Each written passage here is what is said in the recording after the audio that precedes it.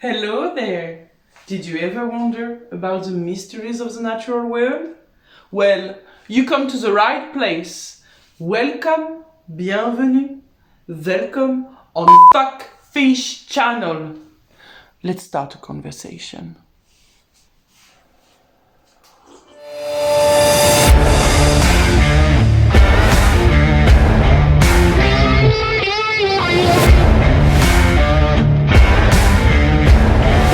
Picture this. Tall yellow grass spreading to the horizon, highlighted here and there by small trees and shrubs. We are in the savannah, home to lions, elephants and zebras. But for such an environment to exist, the savannah needs to be constantly disturbed, either by fire or by large herbivores. But the smallest of things can have a great influence. In East Africa, the savanna is dominated by large monoculture of the whistling thorn tree. And this tree has a particularity. It's a myrmecophyte. What does that mean? Well, myrmecophytes are plants that live in a friendly, mutualistic relationship with ants. In ecology, a mutualistic relationship benefits to both sides. Here, the whistling thorn tree provides food and shelter for native acacia ants, and in exchange, the ants defend the tree against its worst enemy, the elephant. And they can be fucking aggressive, man. Indeed, when an elephant comes near the thorn tree, the ants get out, launch a full-blown attack, biting, stinging, where the skin is thin. Inside the eyes, inside the trunk, the native acacia ants can even differentiate between an elephant attack on the trees and the wind blowing. But not all ants are the same. The big-headed ant, originating from Mauritius, invaded the East African savanna and decimated the native acacia ants. And through a cascade of effects, at the level of the ecosystem, this ant, with its big head, made lions change diet. Then, looking steadily at him, the ant addressed him with determination. "Oh, king of animals, don't you even notice me, your little sister?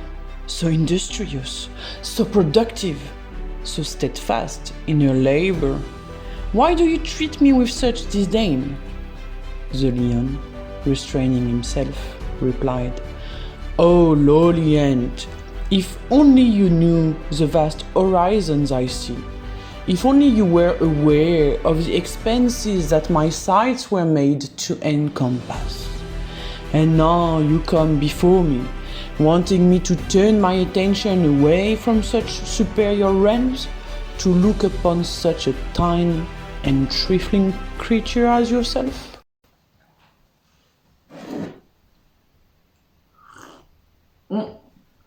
So how can a small ant modify the whole dynamic of the whole savannah?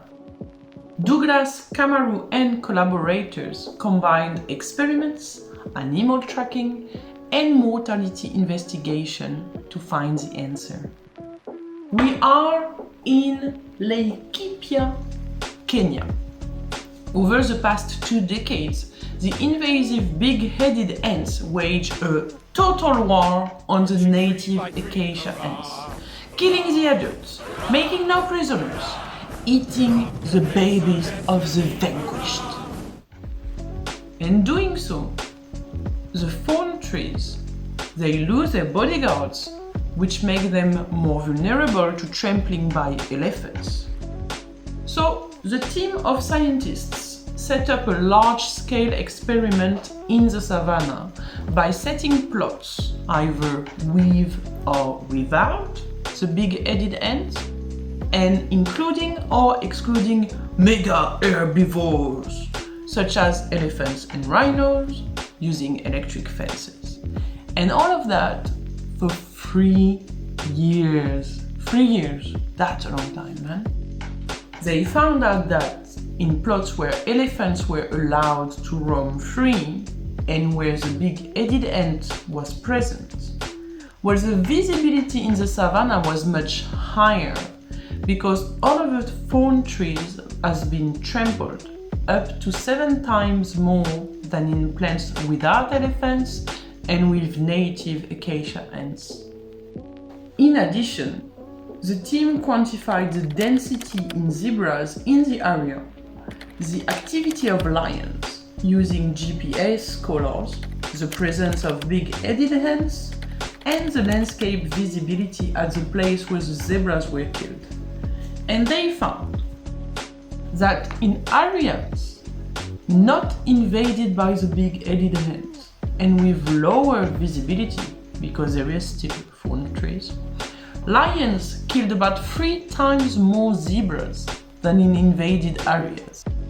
And that's because lions and other large carnivores use the cover of the trees to conceal themselves and be successful at hunting.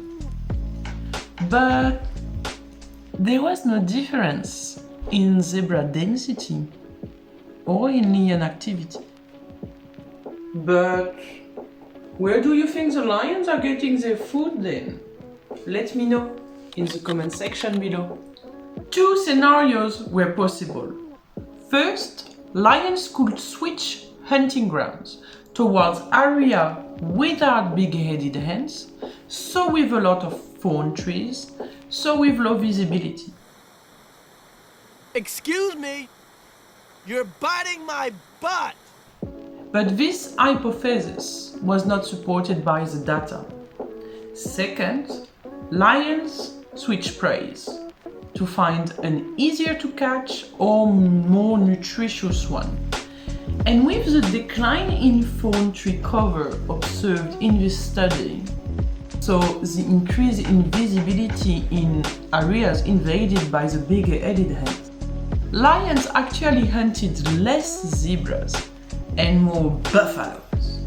But this prey switching does not come without its own challenges, as only larger groups of lions, sometimes accompanied by a large male, will hunt down buffalo. It's a bigger prey, man. It's huge and it's grumpy and nasty. If you'd like to know more about this topic, please check the scientific article written by Kamaru and collaborators. It's available on ResearchGate. It is not too difficult to read and have a lot of illustrations to walk you through. Check it out. In conclusion, predator-prey relationships in a given environment can be affected by the spread of invasive species and the following disruption of mutualistic interactions at the foundation of the ecosystem. Here, we have a small ant with a big head coming from some islands far away, disturbing a mutualistic relationship between native ants and a very common local tree, which in turn influences the behavior of elephants towards the plant, resulting in a noticeable and dramatic modification of the landscape. This change in landscape, in turn, decreases the hunting success of lions on zebras, and lions switch prey on buffalo. Isn't that crazy?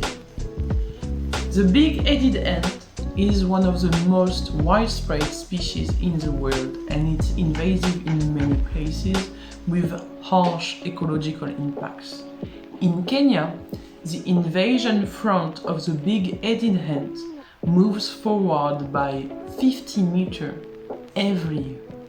So investigating how successful invasive species affect native species and local interspecific interaction is key to predict and then better manage these ecosystems. But can you believe that a small tiny insect could have such a dramatic end. No. And that's a wrap! If you enjoyed this episode, please don't hesitate to like, subscribe, and share. Wow! That's gonna help the channel grow. And now, between us, ciao, bye! Are you hungry for more? Check the links in the description below.